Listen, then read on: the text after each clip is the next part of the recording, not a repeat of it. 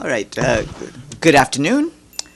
We're very pleased to have with us today Philippe Lazzarini, the Commissioner General of the UN Relief and Works Agency for Palestine Refugees in the Near East, known as UNRWA. I believe he has been briefing the Fourth Committee, and he is now here to talk to you. Mr. Lazzarini, welcome. Thank Yeah. Thank you so much, Farhan, and again, a pleasure to be with you today. In fact, we had a briefing not very long ago, so I'm not sure I have much more to add. As you say, Farhan, I was briefing the Fourth Committee this morning, and I know that the statement is available for all of you. It's already out. But maybe there is one point I would like to stress on today. It's a different kind of disinformation related to UNRWA. I think we raised a lot the question of the disinformation and the attack, political attack on the agency. But I have noticed over the last few weeks that there is a perception that the agency is not operational in Gaza or in the West Bank. And we even heard today at the Fourth Committee the representative of Israel saying that UNRWA has been fully replaced and other agencies have stepped in. And I think it's important that we correct this perception. It is true that there is today two bills adopted by the Knesset. You are all very well aware, which started to be implemented as from the end of January. The impact was on the operational presence in East Jerusalem, primarily our schools. And the second impact has been that we had to withdraw our international staff both from the West Bank and Gaza. But in reality, we are extraordinarily operational. In Gaza, we still have 12,000 staff. They are primarily involved in providing, focusing in public health and in education. They have never ever stopped providing life-saving assistance to the population. And since the ceasefire is in place, they have scaled up their activities across the Gaza Strip. Just to give you a few examples, I shared also examples this morning at the Fourth Committee, but we have currently about 75,000 people who are sheltered in 100 of our premises across the Gaza Strip. We have, over the last 2 years, provided more than 15 million primary health consultation. Today, the average is about 14,000 a day. We have just started with UNICEF and WHO again a vaccination campaign, and I keep saying, these are a good example of a partnership on the ground. We have UNICEF bringing the supply, the vaccine. We have WHO in charge of the cold chain, but the nurses, the staff providing to the children the vaccine are all health staff from UNRWA. We are also very much involved in ensuring access to clean water. I would say today about 40% of the clean water is thanks to the work of our engineer on the ground. And then we have also the education. You heard me many times on how important I believe education is in this kind of environment and why we have to make it our collective priority. Our colleagues on the ground have already started to bring back in-person learning environment 40,000 children. We are aiming at bringing 100,000 children in a one-on-one learning environment before the end of the year. And in parallel, we are also providing online online learning and education to about 300,000 children. I believe that this is important to avoid the risk to completely lose an entire generation. Anyway, it's a race against the clock, because we are very close to that. And if we lose an entire generation, and if the rubble and the trauma becomes the new learning environment, there is indeed a risk that these children in the future be exploited and join armed groups or be radicalized. I think it's also important to remind that in the West Bank we are also very active. Our schools are open. We have about 50,000 children in our schools.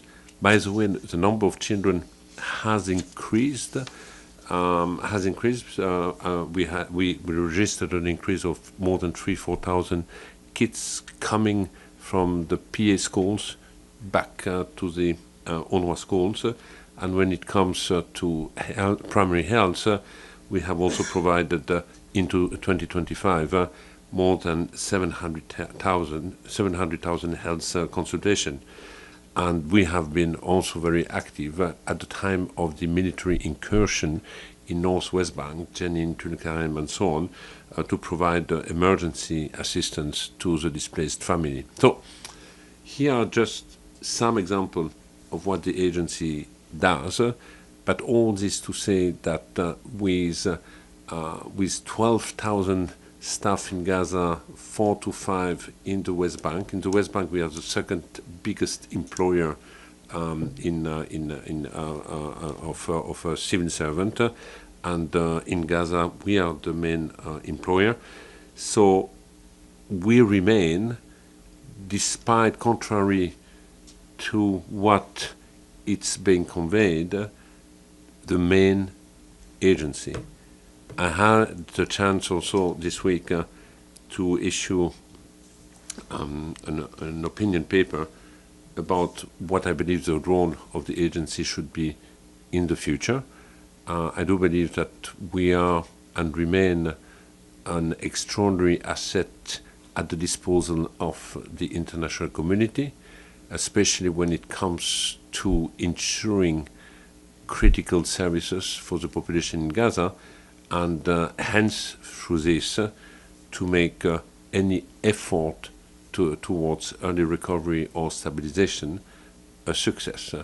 And if you get rid of such expertise, such workforce with an organization having very strong trust from the community, you can only weaken, in fact, any effort trying to promote stabilization.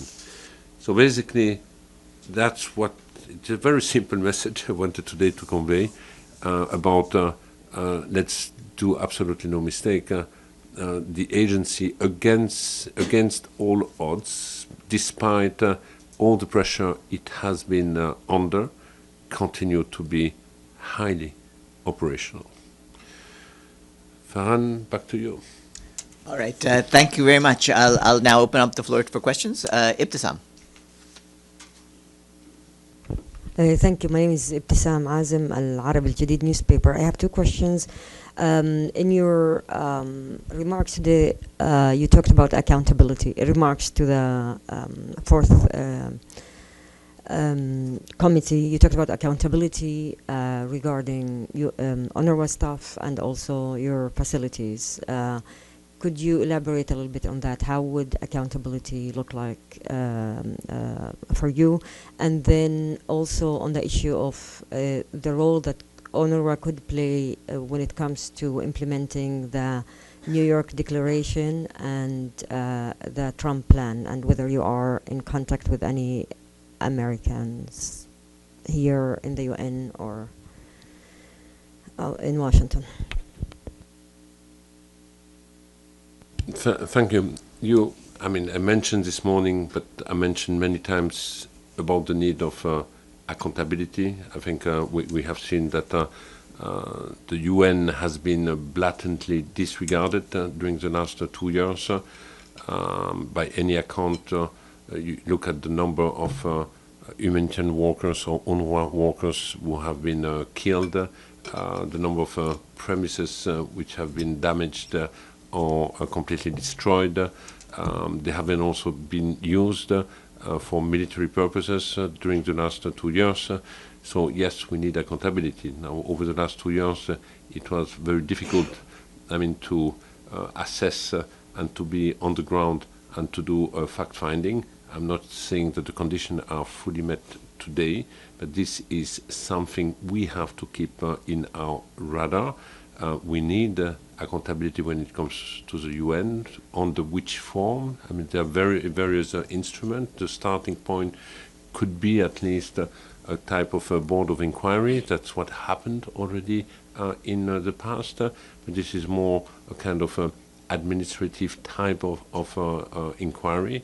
And more broadly, I think, if we want to promote any lasting peace, I don't believe that we will succeed if we are not going through a delivery of justice and healing. And we need at one point find ways to recognize the scope of the atrocities which have been committed. So my answer this morning was that indeed we need to define the best shape of accountability. One is related to UNRWA and to the United Nations, for which I don't know yet what the answer would be, but most likely we might wish to start with a board of inquiry. Now, when it comes to the New York Declaration or the 20-point plan of President Trump, I believe that an agency like ours can deliver in the primary expectation that the community and the population will have. Today, of course, everything is a priority. But we, as a service-oriented, focused agency, we can deliver our share when it comes to the broader public health and the education.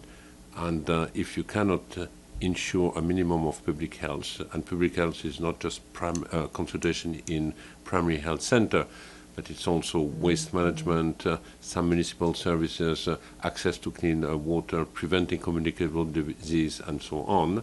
That's a focus where we, as civil servant-like expertise or workers that we have, can deliver our share. And the second one is definitely education.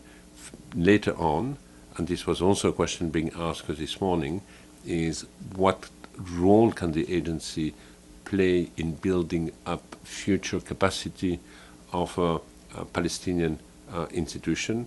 And I do believe that in our area of focus, the agency indeed has to work hand in hand with our PA counterpart to make sure that we are building up, in fact, this capacity in the future. And that would be our contribution, in fact, to any efforts of stabilization.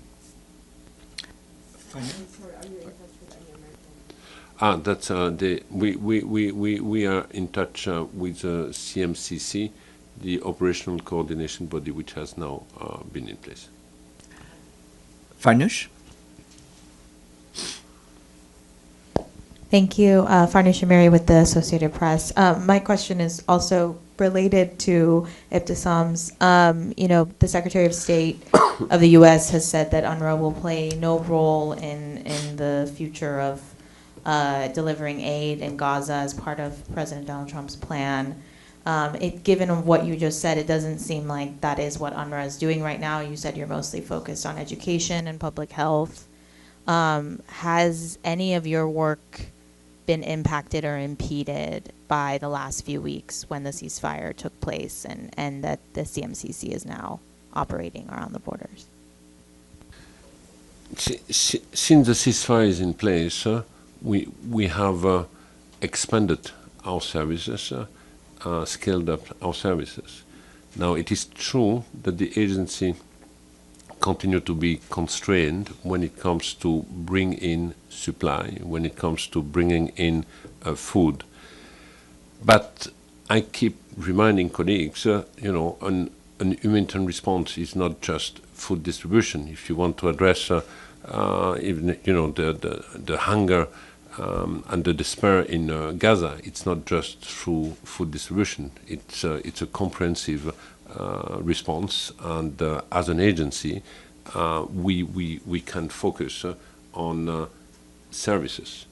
Services being, again, primary health care, being waste management, psychosocial support, access to clean water, some municipal services where we might repair pumps and canalization on the ground. So these are the kind of activities the agency is primarily focusing on.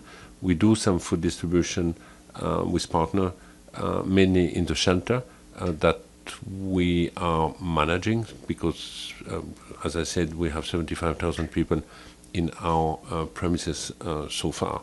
So that's really the focus the agency is having now. Obviously, we are also looking at on how can we bring our supply into Gaza. You heard me last time when I was highlighting that we have the equivalent of about 6,000 trucks in Egypt and in Jordan. This is not yet in, and we are looking at with the other partner of the UN and also with the CMC, how this can be brought in. It is, again, when it comes to the movement into Gaza for the agency, we are under a number of restrictions, as you know, which are very much related to the piece of legislation in place in Israel. Deji? Hi, Mr. Lazzarini, Shudaj with China Central Television. I have two questions. We know there's a funding issue of UNRWA. You just mentioned you're the largest employer in Gaza. You have 12,000 local staff there. How did you pay them, or do they receive salary from UNRWA? That's the first question. And secondly, we know the difference between last time here and this time is there's a major ceasefire. After the ceasefire, you just mentioned you have scale-up operations, but for UNRWA particularly, what would be currently the challenges still facing? And is there any positive change in the relationship between UNRWA and the Israeli Authority? Thank you. Short answer on the salary, yes, they are still paid. As you know, it's very unsettling in UNRWA because we are constantly on the edge of the cliff of a financial implosion. Basically, we run week by week, month by month. I know that as of today, we will be able to process our salaries in November, but have no idea or no visibility if we will be able to process our salary in December. This morning I highlighted the fact that our shortfall between now and the end of the first quarter is $200 million. Previous year, when we reached December, we say, well, we just have to bridge December, and in January we will have the new contribution of the new year. But this contribution at the beginning of the year used to be the U.S. contribution that we don't have. So we will not have the big influx of money at the beginning of January 26, and this is the reason why I'm stressing, highlighting the gap between now and the end of the first quarter, because we know that after the first quarter, many of our traditional donors will start to process their contribution of 2026. But so far, the salaries in Gaza and elsewhere across the region have been processed. You also heard me that we have put in place a number of drastic cost control measures across the agency, which has allowed the agency to, I would say, to save. It's not necessarily to save, but to prevent the spending of an additional 150 million US dollar. The second question was on, sorry. With the ceasefire, what is the major Yeah, I mean, challenges and the relationship between UNRWA and Israeli authority? You know, the main challenges, and this has been my key ask, is we need to safeguard the operational space of the agency in Gaza.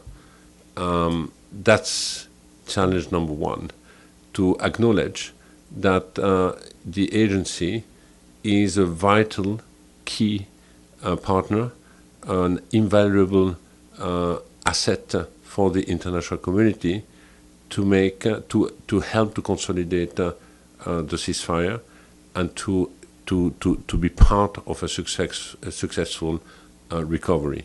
I think that common understanding is absolutely key. Then we need obviously to find ways to bring back our supply, either through partners or directly through UNRWA, but at least the supply has to come in. And I would say in an ideal world to bring back the international staff, which is not yet back in Gaza. Now, do I have indication we will go there? No, I don't have any indication for the time being, but this should be the aim of the agency now. Frank. Frank Uziardo, TRT World. Thank you for doing this press conference. I want to do a little bit of a reality check here. How long have you been doing your job presently? My job? Yes, how long have you been in your position? I had 2 mandates. I'm ending in March, so it will be 6 years. Okay, so going back to the beginning and coming up to the present situation right now, what makes you think that the Israelis are going to hold up their end of the bargain in the ceasefire? What makes you think they're going to really cooperate in the long run here? The first thing is there is no bill which prevents the agency to operate in the occupied Palestinian territory. You have one bill talking about East Jerusalem because it talks about the sovereign territory of the State of Israel, and the State of Israel consider East Jerusalem as being part of the sovereign state. The second bill is to prevent official relation between the UNRWA management and the Israeli authorities. And as a consequence, we have international staff whose visa have not been processed because you cannot have this relation. But it does not prevent our staff in the West Bank to run schools and to run health centers. They are active. We are on a daily contact with the COGAT when it comes to the West Bank. And then when it comes to Gaza, our 12,000 staff anyway are part of the community. They are nurses, doctors, teachers, and these nurses, doctors, teachers, being with the community, will continue to act as nurses, teachers, engineers, or else. So that's a reality. Even if I am not authorized to cross, even if I cannot send a truck with food, they will continue to provide these services to the population.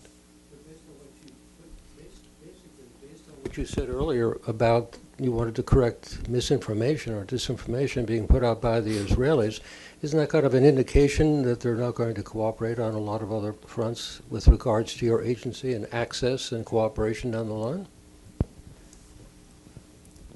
It might be an indication of a lack of cooperation, but first we will see in the coming days, a week, a possible adoption of a resolution of the Security Council. It will need to be operationalized. At a given point, you will also have the opening of the crossing of Rafah. So there can be different ways to address some of the constraints we are confronted with. When we talk about coordination mechanism now to enter, in the future, or at least for some time, you will have the CMCC. So we have to look at all these pieces being put in place, but ultimately the message here is we need to keep this space to make sure that those who have the expertise, the manpower, and the community trust be able to provide the services that anyone wants to see to be delivered to the population. And my point before was to say there is a build-up perception that we are not active at all, and the reality is far from being the case. Thank you. Islam? Thank you, Mr. Lazzarini. Islam Doğru from Anadolu Agency. At the fourth committee, you warned today UNRWA may not sustain operations beyond early 2026. If new funding doesn't materialize, what critical services or regions may be the first to face shutdowns?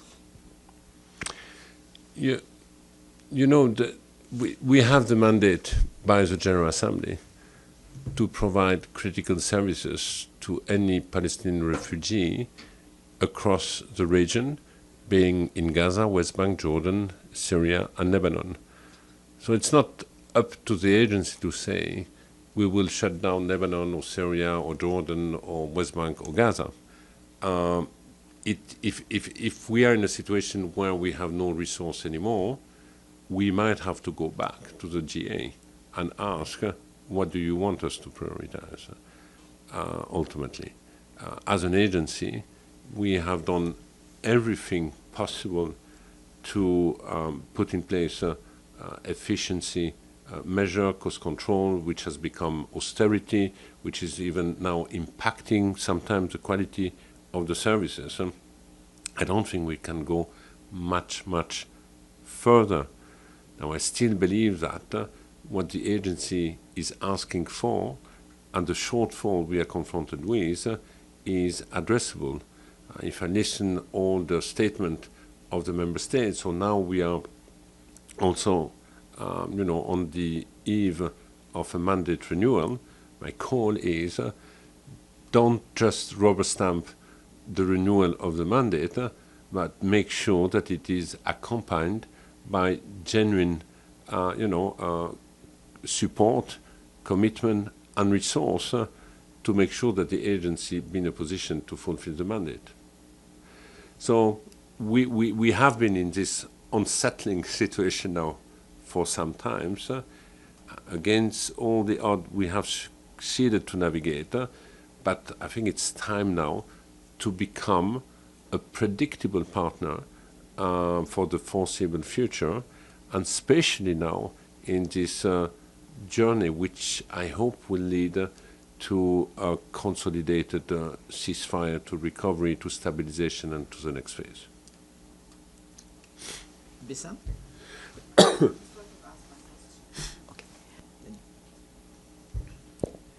Thank you, Mr. Lazzarini, for all the work you do. I'm Mona with Al-Quds Al-Arabi. My question is regarding children's education. After 3 years of no access to education, children in Gaza are still deprived of the right to education. We already know that UNRWA provided about 300,000 psychosocial sessions and nearly 42,000 learning activities in temporary spaces, but unfortunately the trauma and the hunger persist. So my question is, how is UNRWA planning to integrate psychological recovery and nutrition support in its education response to ensure that children in Gaza are not only returning to classrooms, but they are ready and able to truly learn? And thank you. Yes, thank you. It will take time. It will be a long process. I don't think we can pretend that the children in Gaza are back in a full traditional type of education. As you indicate, they have gone through 2 years of extraordinary duress, trauma, which needs to be addressed. On top of that, we do not really have many schools or functioning schools. So we are just bringing them in type of a temporary environment, learning environment. The first objective is to try to provide them with some, feeling of normality. The teaching, of course, is still modest. We try to keep, literacy and ability to do arithmetic. But going back to the full curriculum will take some more time. As you said, we have the issue also of the trauma, how to address it, and it's not just the children. The entire population is traumatized. The teachers are traumatized, and we have also to look at how we can support the teacher to better support the children.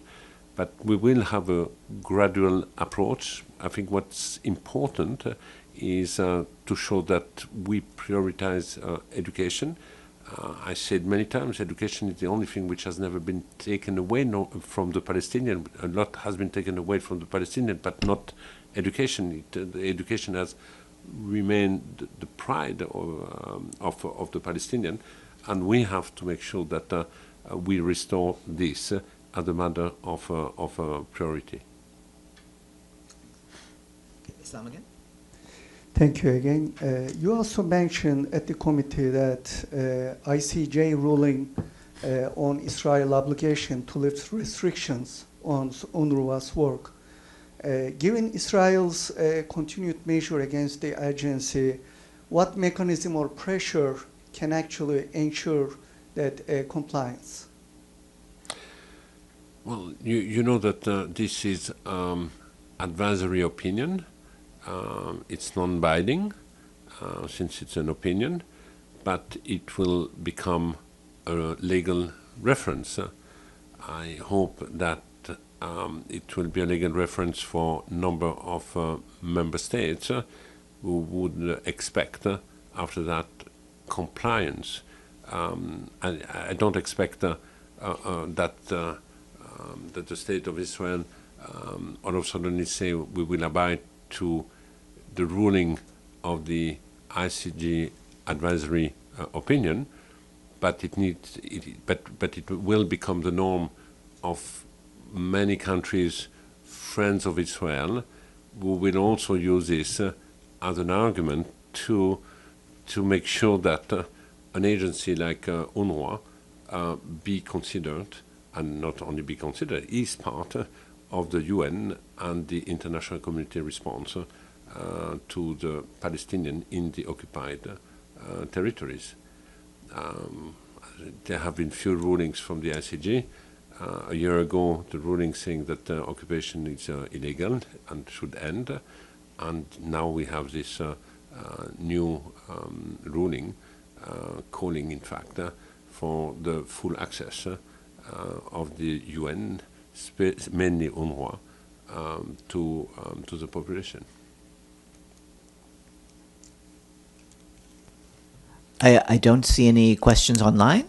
If there are no questions online, then I believe we're done with questions, and I would like Perfect. once more to thank our guest, Philippe Lazzarini, the Commissioner General of UNRWA. Thanks again very much. Thank you. Thanks. Have a good afternoon, everyone. Thank you.